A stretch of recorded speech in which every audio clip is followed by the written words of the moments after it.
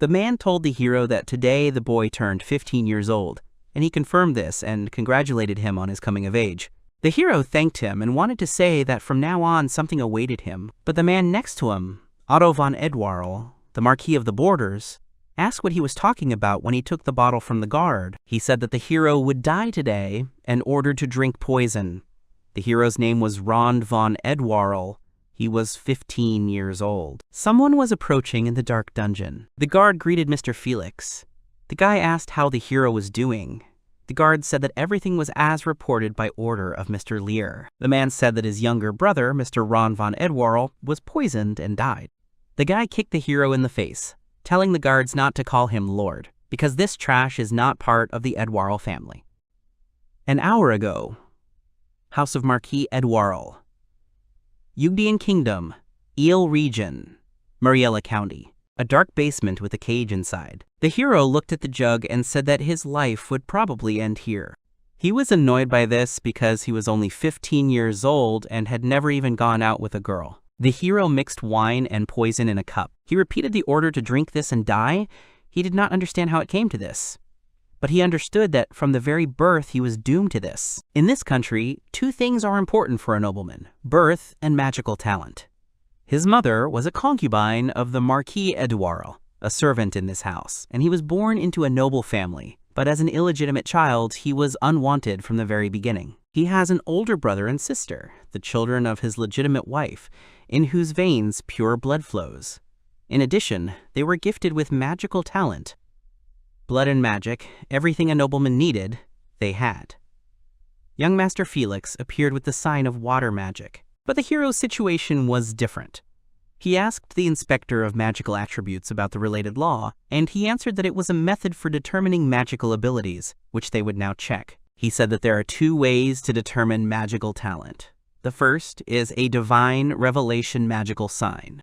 Those who have an extremely high predisposition to one of the four elements, fire, wind, water, or earth, have a corresponding sign on their body. But the hero did not have this sign anywhere. And then the inspector said that, however, the magic sign is given only to the chosen ones, so this was expected, therefore they used the second method, which determines the abilities of the majority. In his case, it is probably a waste of time. He told the hero to first bring his hand to the flame of the candle, and if he does not feel the heat, then he has a predisposition to fire magic. The hero listened and did as he said. The hero screamed because he was hot, and the man said that he did not have a fiery predisposition. He said that this is how they check compatibility with four elements. This is the related law. He said to finish with the remaining three elements. At the end, he announced to Ron that he had no predisposition to any of the four elements. The guy was kicked and fell to the floor. The young gentleman called Ron a good-for-nothing and said that he was not from the Edward family at all. As he left, he added that the hero should not even dare to sit at the same table with them. The family ate, talking about what a disgrace it was for the Marquise's house to not know how to use magic, and on top of that, the concubine's son was dirty. The woman said she felt sick eating in the same room with the hero. He was born an unwanted child and had no place in this world. He was forbidden to leave the house, and his birth was not advertised. He is a man who does not exist. But still, he was not killed, he was allowed to live, and he thought that it was his father's kindness. As long as his father, the head of this house, showed him mercy, he hoped that one day he would be accepted into the family. This weak hope supported him for 15 years. He endured, despite the contempt, hatred, and disgust. Ron's answer was poison in the cup. He stared at the liquid intently. He thought about how his father had no mercy. As a Marquis of the Borderlands, he could not kill a relative, even an illegitimate one. It would be a disgrace. His father simply wanted him to leave this life of his own free will when he came of age. Just for this, for the sake of noble pride and reputation. For 15 years he was kept in this house like cattle. The hero cried thinking about this. He cursed while holding the cup in his trembling hands. The guy raised the cup and began to drink. Having drunk every drop, he sat in front of the table, waiting. He looked at his hands, not understanding why nothing was happening. He started laughing, saying that it wasn't poison. Suddenly, pain shot through his body and he fell, knocking over the bottles on the table with his hand. He was breathing heavily, staring at the floor with his eyes wide open in pain. He was hot. He scratched himself madly, screaming that he was very hot, his back was burning, and he did not understand what was happening. Turning his attention to the side, the hero noticed a strange thing in the mirror. He looked at his glowing back when he heard a voice saying that he had learned poison magic, and the poison neutralization was about to begin. The voice said that the neutralization was complete, and now the weakening poison was available to him. The hero did not understand what was happening and remembered the moment when his brother Felix received the magic mark. The hero thought, is this really what he thinks it is? He threw off his clothes. On his back in the mirror, he saw a shining mark in the shape of a dragon. Not believing his eyes, he immediately realized that this was a magic sign. He didn't understand why this appeared on his body and what kind of poisonous magic it was. He remembered the man's words that the first step to mastering magic is contact with it, but the related law cannot reveal the ability to magic outside the 4 elements. The hero realized that these were all pneumatic systems, that's why he himself didn't know about his abilities. He wouldn't have known about his predisposition to poisons if he hadn't drunk it. He started laughing, saying that his father had chosen not to be burned or shot, but poison, and for that he thanked him for his choice. His life was not over yet. There was another problem. The hero did not understand how to escape, there was no time, and he did not know when the guards would come to check his body. Even if he could deal with the guards, the estate was full of patrolling guards. The hero understood that if he was noticed, the entire Edwarl family would come to kill him. All of the Edwarl family are geniuses of magic. He knew that in a fight he would be killed instantly. Even with poison magic, he could only use slow-acting poison to weaken. He would not be able to deal with them. The hero almost gave up, realizing that everything was useless and he saw no way to escape. Repeating the mantra of escape and the poison of weakening, he finally found the solution he needed. He thought that if he couldn't escape, he would leave the estate openly. He didn't know if it would work, but it was his only chance at the present time. The hero lay motionless on the floor. Felix pressed his boot on his face, saying that he thought he would pretend to drink poison and try to escape, but it turns out he missed his mark with his thoughts. He said that the dirty blood that disgraced the House of Edwarl had finally disappeared. Felix von Edwarl, head of the House of the Marquis Edwarl. He looked silently at Ron's corpse, as if expecting something. Clicking his tongue, he said that for someone who had died in agony, the hero's face was too calm and it was irritating, and he doubted whether the hero was pretending to be dead. Felix used water magic and the blade gun spell. The hero's body was instantly cut up. Magic covered his corpse as blood continued to drip from the motionless Ron. Felix continued to watch, and noticed that there was no change. It looked like he really was dead. Finally calming down, he ordered his body to be taken to the common cemetery, along with his mother's ashes, to be thrown out with them. The soldiers accepted the order. The soldiers lifted Ron from the floor, blood running down his arm. Felix stopped them, watching the floor get dirty, and said that they couldn't let the bloody corpse dirty the whole house. Clicking his tongue, he said that as disgusting as it was, he would have to heal it. While the soldiers held him, Felix healed. The hero's bloody hands became clean again without scars, and then Felix ordered to drag him away further. He closed his eyes and said that it was time for him to get back to business, because being the next head of the house was not so easy. Later, the soldiers arrived at the cemetery and threw the bag on the ground. One of them grumbled, saying that it was quite a road from the carriage stand to the cemetery. They decided to leave it there for now. Another said he didn't think anyone would come to say goodbye. But those were the rules. They decided that in 3 or 4 days he would come back and bury him. But for today they decided to leave because it was dark and creepy there. One said that Felix had promised a reward so they could go and have a drink. The other agreed. When the guards left, the hero cut the bag and looked out through the hole. He saw a dark cemetery. Having got out of the bag, he said that he was saved. Looking at his hand, the hero began to use magic, remembering his decision. Then the hero thought that if he couldn't escape, he would leave the estate openly. He used the weakening poison on himself and activated it. The hero didn't know how well it would work, but he managed to bring himself into a state of apparent death. The hero, as planned, got out of the estate, and the fact that he was able to leave with his mother is a pleasant surprise. Having made a cross for his mother, the hero sat down to pray, thinking that he had gotten out of the estate alive. But what to do next? He knew that in order to survive, he needed to understand how poison magic worked. For this, you can't stay in this place. If they find out that he's alive, they'll definitely kill him. First, he'll leave Lear's domain, which is ruled by Kaget. If he gets to the lands of Astasia by the sea, he'll be able to sail even further. The hero was sure that he would survive. He mentally told his mother that he was leaving and decided to head south. The decision was made. He needs to master poison magic without being caught by the Marquise's house and head to Astasia. Meanwhile, in another place, the maid, holding a knife, tells Marie von Astasia that she will die and swings the knife. The girl screamed and asked him to stop. The hero looked at the paralyzing mushroom, wondering if he ate it, he definitely wouldn't die, right? He took a bite. He fell down dead when the system alerted him that the poison in his body had been neutralized.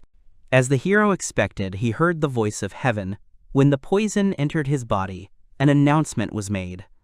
Apparently, when the poison is neutralized in the body, it is analyzed and becomes available as poison magic. All that remains is to wait for the neutralization to be completed.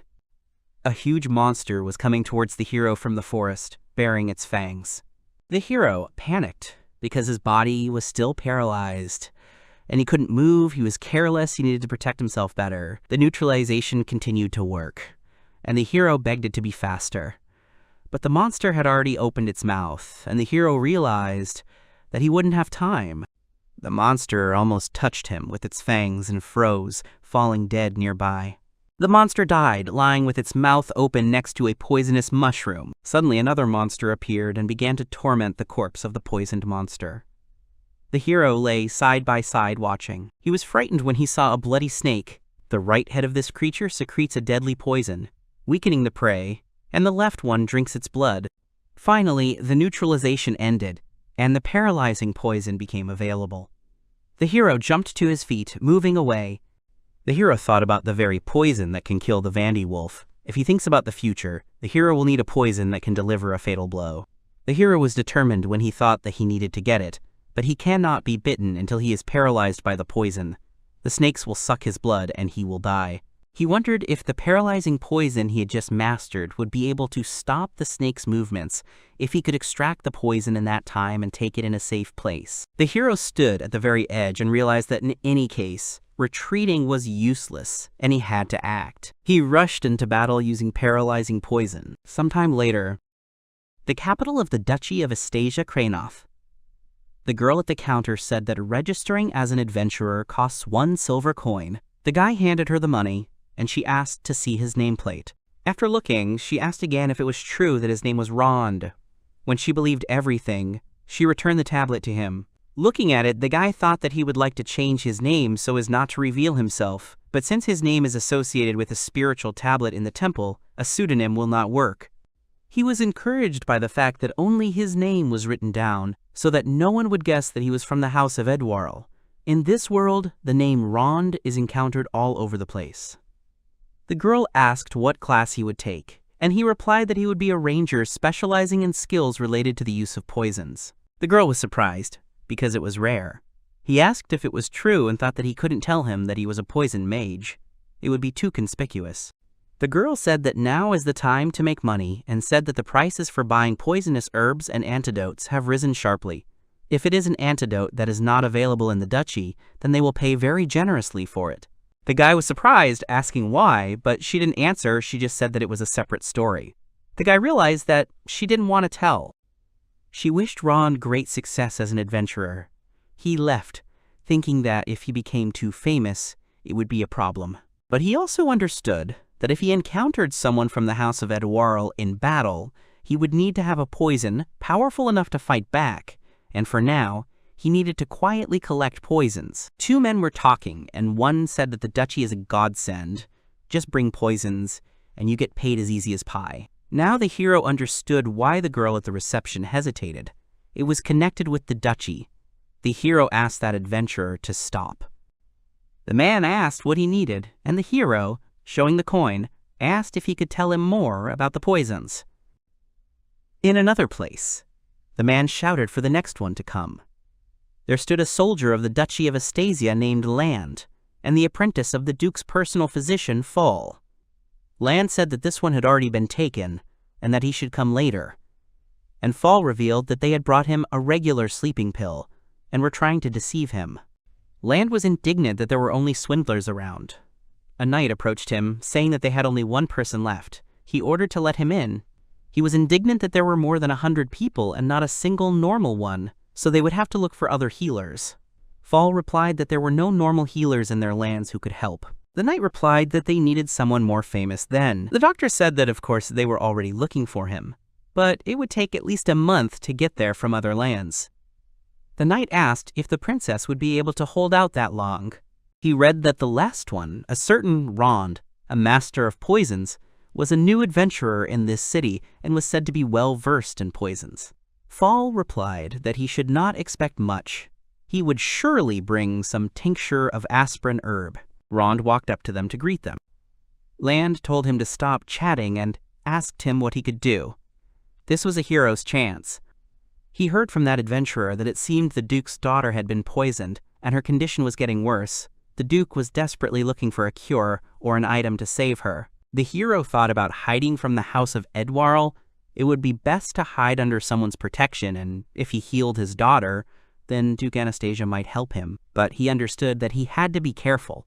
The hero said he had a question. The information he would provide was a deadly poison that could destroy him if not kept secret, and if he could cure the Duke's daughter, could he count on the protection of the Duke's house?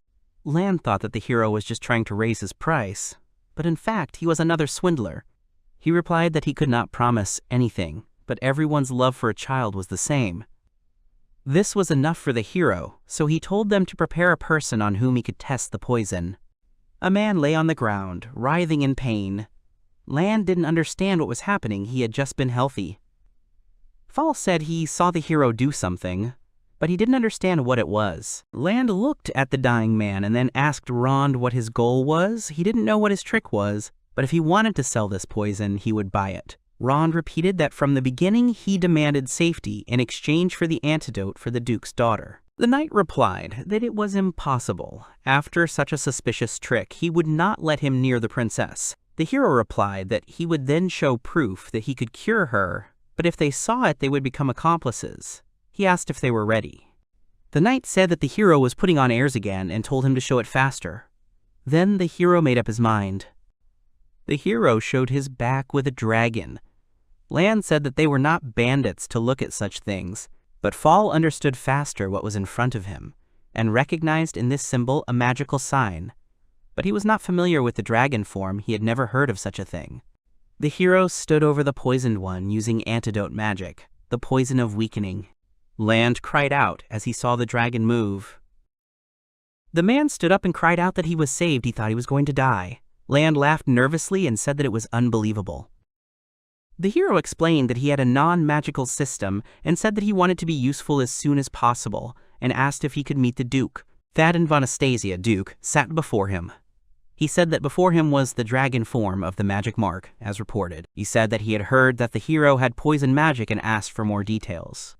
The hero explained that he could control the poison he had once taken, and that he could neutralize the poisons he had mastered. Thadden said that the poison that had poisoned Marie was still on the attacker's knife, and did that mean that if the hero took it, he could cure his daughter? The hero replied that it probably was, but he had only recently awakened this power and did not know his limits. The man thought about it being uncertain, but since other healers were unreliable, there was no choice. He asked, confirming that the hero wanted protection for their home in return, and he confirmed. Rond asked, despite the impudence, to openly tell who he was. After some time, the Count realized that Rond not only possessed a non-magical system, but was also a member of the Marquis Edwarl's house, and was asking them to take on the risk of hostility with the Edwarl's house. Looking at him, the hero for some reason decided that he would refuse and said that as soon as he gained strength, he would leave the country so as not to cause him trouble, and it was enough for him to be temporarily sheltered. The man thought. The hero mentally wondered if he had answered correctly. One wrong step, and he could be squeezed out of the house of Edwarl. They exchanged glances, and the hero realized that he could even be executed as a dangerous carrier of poisonous magic. The man still agreed to take care of him, so he asked to save his daughter and cure Marie, because he is probably the only one who is capable of this. Rond smiled, promising to do his best. A little later, Rhonda was shown the knife that attacked Mrs. Marie. The poison on the blade had dried, but was still there. The hero said that he would first take the poison in the usual way, and that he would most likely pass out, so he would be grateful if he was carried to the bed. Lan told him not to worry. There was already a guest room for him, and they would put him there. Rond thought about this poison, that no one could neutralize accurately and safely take it. He remembered that when he took the blood snake venom and mastered the deadly poison, it was very painful. Ron didn't know what level of poison his body could withstand, so taking a powerful poison was always a risk. If the poison from this knife was several times stronger than the lethal one, he could die without having time to neutralize it, but if he retreated now, no bright future awaited him. The hero from Felix, from his father from the House of Edwarl, came to this place to become free. The hero licked the blade, and Land screamed, but it was out of his hands when the hero fell to his knees. The system continued to notify about the neutralization of the poison in the body. The hero opened his mouth in a silent scream of pain. Land asked Rhonda if he was okay, and he managed to squeeze out the words that everything was okay.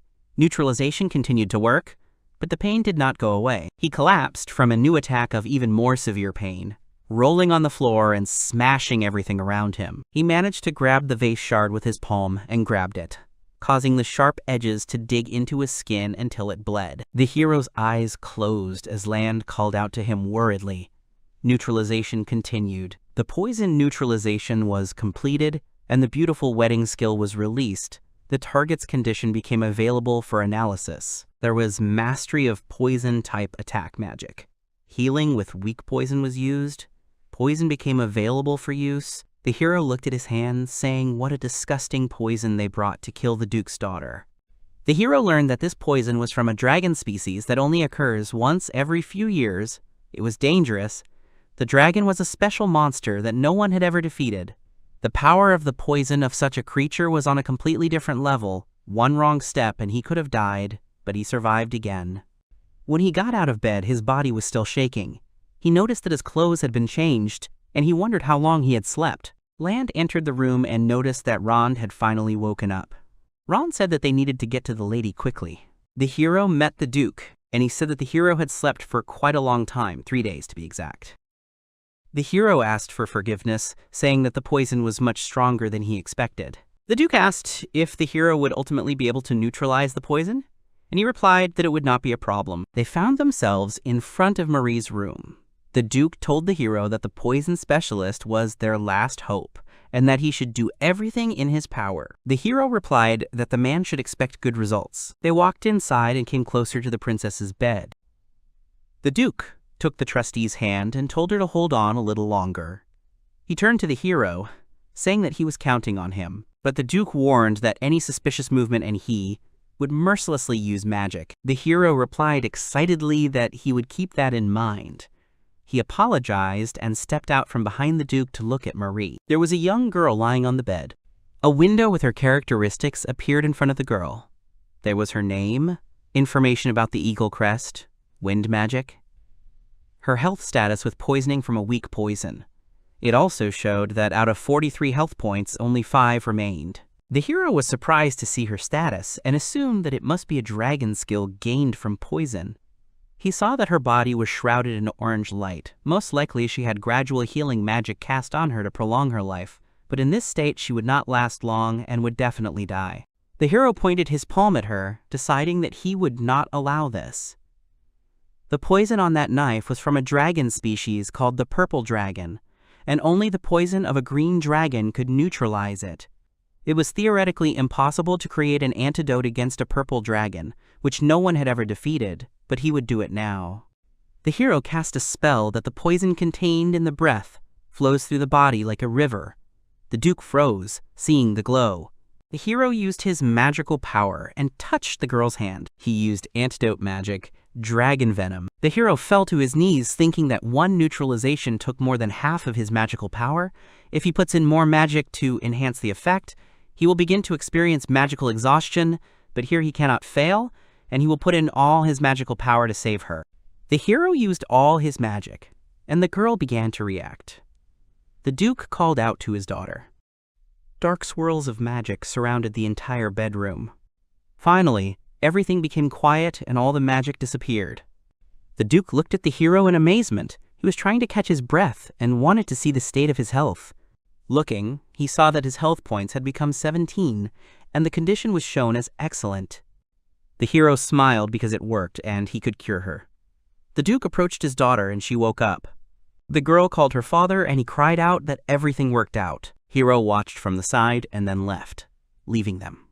A little later, the Duke thanked Rond once again and said that from now on he would live in the duchy as an honored guest. The hero thanked him. An honored guest is something like a lodger who is received as a sage or a warrior. The Duke said that if they were to receive protection, it would be better if everything was clear. If they acted openly, the Marquis Edouard's house would be afraid to do anything. The Duke added that there was a nuance.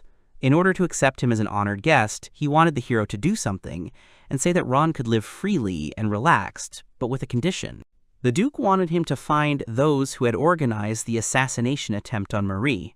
This would be his mission as an honored guest who could move freely. Having finished the conversation, Rond walked down the corridor, saying that it was easy to say. The servants were whispering about the guest of honor, since the Duke had taken someone as a guest for the first time. The hero wanted to sleep. From behind, he was told not to be such a slob. The hero told Marie that he would become stronger and protect her. She laughed and said that she was looking forward to it. The heroes arrived at another place. The hero said that it was no wonder that the villa of the Duke's House of Astasia was so luxurious. Marie said that it was time for them to begin their magical training. She said that there was a suitable place behind the estate and suggested that they train there. When they arrived, they saw that in this place one can train magic to the fullest, without fear of strangers' eyes. The girl asked if he would show his magic. He agreed. He extended his hand and summoned a deadly poison. He summoned a spherical form and exerted a lot of magical power. A large black ball appeared in front of him. He summoned a poisonous magic dragon, the Blast Dragon, and launched it at the tree. After the impact, the tree broke and fell to the ground. The girl said that this is incredible power. It is not only a powerful magical attack, but also when it hits, it dissolves the poison around it, quite an ominous magic. You definitely can't practice it in the estate. She poked the stick and said that it seemed to dissolve objects. If they were in the estate, the floor would definitely fall in. The hero said that he would try to change the type of poison. The girl agreed and told him to do whatever he wanted to the fullest. The hero summoned a new ball that was no longer similar to the previous one. He was focused. The girl watched him, remembering how she saw him for the first time and his promise to become stronger and protect her. This made her smile. He turned to her and asked what had happened. She was confused and only then noticed that he had already cast 10 spells and the magic was still running. He said he could continue. He explained that strong poisons take a lot of strength, but the ones he was using now were weak poisons.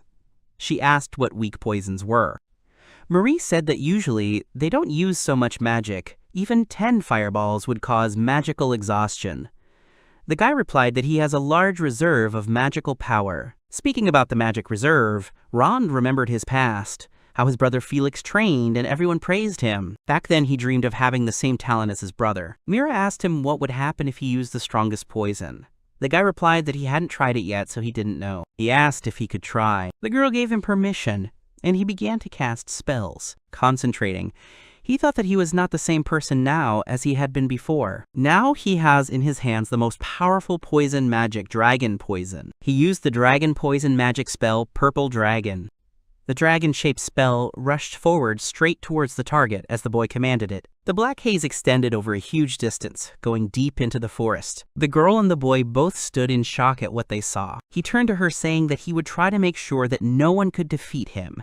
She said that with such strength, she felt that she was invincible. The boy walked forward through the forest, thinking that he needed to experience this poisonous magic even more. He asked the girl for permission to go further into the forest alone, and she warned him that there were monsters far from the villa and he should be careful. He thought about Mari, saying that he could defeat anyone, but it wasn't that simple, because the purple dragon's poison was only available to a few of the upper class. The hero didn't know for sure, but it was probably worth an astronomical amount. He knew that if someone who could pay that much hired an assassin, he would be a formidable opponent.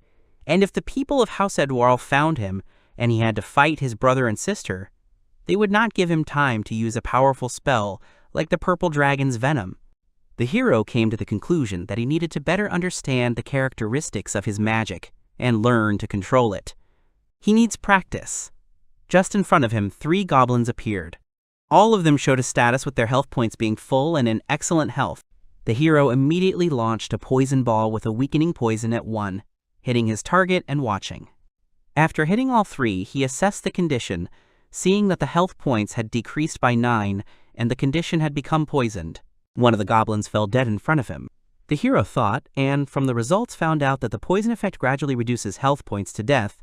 The damage rate is about 1 point per second. From the side, a goblin ran at him again. The hero also used a weakening poison on him by launching a ball. When the projectile hit the target, he saw that this time the health points had decreased, but there was no poisoning. Having hit the goblin again, the hero realized that the poison ball deals physical damage when it hits, and poisoning is an additional effect that falls out randomly. Targeting another goblin, the hero decided to try a different type of poison. He used a poison ball of paralyzing poison. The effect of paralyzing poison was paralysis. The monster's health points were halved, and it could not act due to paralysis. The hero thought that this was most likely also a random effect. He summoned a new ball in his palm. The hero touched the monster's head and used a deadly poison. The goblin died instantly. The hero thought that something was becoming clear to poison the enemy. There are 2 ways, remote and direct. From what the hero saw, the ranged one deals physical damage, but the poison effect is random, and direct contact is risky, but the poison is guaranteed to work. The hero shuddered when he heard the scream of Madame Marie. At that time, in the clearing, the knights of the county were fighting with bandits. Several mercenaries in black clothes easily dealt with the soldiers. One of them ran towards Marie, who could not move, and only looked with her eyes wide open. The girl remembered the moment when the fake maid almost killed her and screamed in fear. The hero, having appeared nearby, used the poisonous magic of the dragon. Explosive dragon. A huge mouth of black smoke in the shape of a dragon appeared in front of the bandit's face. The huge mouth closed on the body of the mercenary, carrying him away. The hero stood in front of Mari, calling out to her while the bodies of the bandits, tightly clamped in the dragon's mouths, were carried away into the sky. The hero shouted that he would protect her, and the girl watched as those who threatened her screamed helplessly. The dragons rushed towards the ground, hitting the ground. 3 of the attackers were already dead after the collision and lay on the ground, split by the impact. The girl was shaking, and the guy put his hand on top of hers, calming her down. He sat on his knee in front of her, telling her that everything was okay and he would protect her. She called him. She thought that he had saved her again, and she owed him a debt that she could never repay, that she was safe with him. She thanked Rhonda. A little later at the Duke's estate, the man, hearing that the attackers were named Danseur and Tensor, said that most likely they were Connie's brothers. The hero asked if they were known in certain circles, and the man replied that they were more than known, especially among hired killers. He said that they are ruthless, ready to hack to death even a baby, and have high stealth, and if it weren't for Rond, it would be dangerous. The man was glad they were saved, but if someone could hire these 3, then the circle of suspects narrows considerably. The hero said he was glad to help. The Duke said that he was in his debt again, even if Ron stopped being an honored guest and left. He would prepare a sum that would last for several years. The hero asked if this meant what he thought, and the man confirmed it, telling him not to worry. The Duke's intelligence network found no pursuers or signs that House Edouard was actively searching for anything. He said that in the Marquis's house, they seemed to believe that the hero had died by taking poison, and that if he kept quiet, he would not be discovered. The hero was glad that he no longer had to look back, and that he was finally free.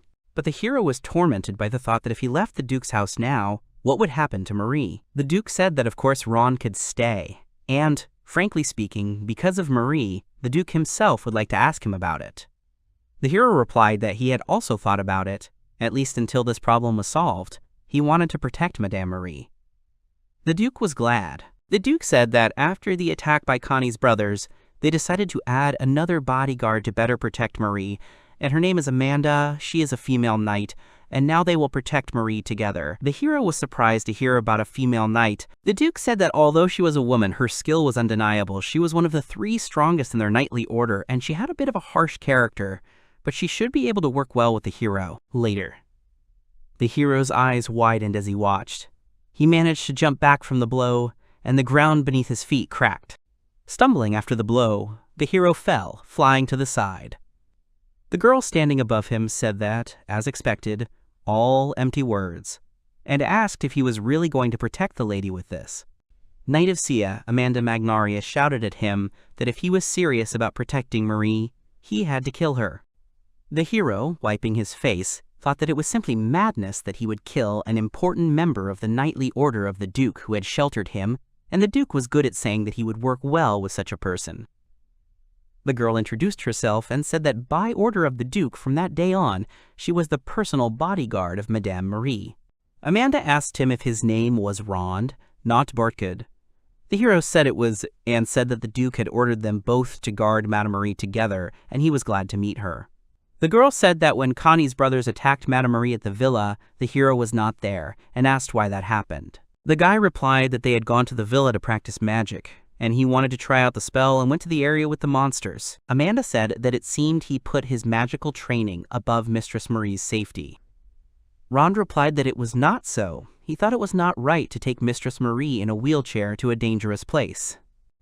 The girl shouted that at that moment they attacked her, and he did not even foresee such a possibility. The hero agreed that he was frivolous, but at that moment he was still only an honored guest. Amanda did not listen, asking loudly, and so what if he was just a guest? She reminded him that he had promised to protect Marie, and the hero remembered that it was true. The knight said that to protect means to put your life on the line, and asked if Rhonda had such determination. The hero was silent, and she asked if he knew that the most dangerous thing when carrying out a task, the most dangerous thing, is to act together with someone who has no determination. Therefore, she will check if he is fit to protect the lady, his skills, and his determination. The girl stood in a stance and used magic. She used fire magic explosion. The hero was amazed that she also owned magic. He understood that it was dangerous. If something like that hit him, it would not be sweet. One of the shells exploded nearby, and the hero flew forward from the shockwave. The girl watched the haze from the explosion, saying that this is the training ground of the knightly order, so the hero cannot hold back. A bright glow appeared from the haze. A poison ball with deadly poison flew straight at her from the smoke. The girl used a tribute imposition on her staff in time. She hit the sphere with her staff and destroyed it. The hero was shocked that his spell was neutralized. The girl rushed at him asking what happened. She hit the ground asking what all this was about. She froze, noticing something off to the side. Noticing the hero, she hit him, saying that it was weak, and he flew away. She screamed that this was not enough, and his determination was terrible. Her body was suddenly struck. She fell to her knees asking what he had done. The guy said that he injected her with poison directly. Before the blow, he touched her hand. Ron said that she is now infected with a deadly poison, and in 50 seconds she will die. The girl finally understood what poison magic was. The hero said that this was enough, and he could neutralize the poison. But the girl did not ask for mercy from the enemy, saying that such poison was nothing to her. She showed the stone in her palm and squeezed it, causing it to glow. Ron recognized it as a magical healing stone, a disposable item too expensive, so he saw it for the first time in his life. The girl rose to her feet.